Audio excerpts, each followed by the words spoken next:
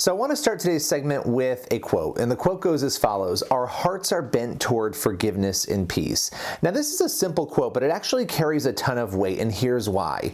It comes from a grieving family, a family that recently found out that 4 of their loved ones were murdered in cold blood. If you've been paying attention to the headlines, you know about the South Carolina case of the doctor, the beloved doctor. His name is Robert Lesslie, his wife Barbara, and 2 grandchildren. And this is the tough part. It's 9-year-old Ada and 5-year-old Noah. They were killed inside the Leslie's home in South Carolina, allegedly by ex-NFL cornerback Philip Adams. There were also 2 other men working at the home, Robert Shook and James Lewis, who were also killed alongside them. Now, since this senseless and horrific shooting, one of the interesting things is that the media has covered Dr. Leslie's strong Christian faith. We've seen his writings about God, the ways in which he loved and was loved by others, and the doctor's faith, without doubt, is deeply inspiring. But it's the family's response to his murder that really captivated and convicted me, and really served as a testament to who God wants us to be as individuals, as people.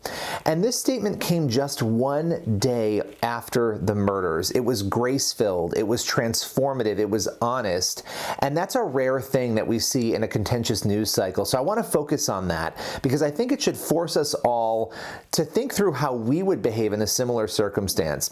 Here's what the family said. They said, quote, "We are truly in the midst of the unimaginable. The losses we are suffering cannot be uttered at this time."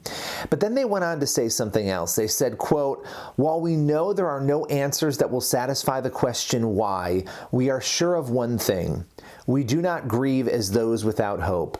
Our hope is found in the promise of Jesus Christ, and we are enveloped by peace that surpasses all understanding." And the family didn't stop there. They said that their hearts are again, quote, "bent toward forgiveness and peace," one day after the killings. They then extended prayers to the alleged killer's family. You know, I hope this never happens, anything like this, to any of us, but I hope and pray that we would be so filled with God's Spirit, so bent on rightness, that even in the midst of our pain, we would be overtaken by forgiveness. We would be captivated by truth, compelled by love.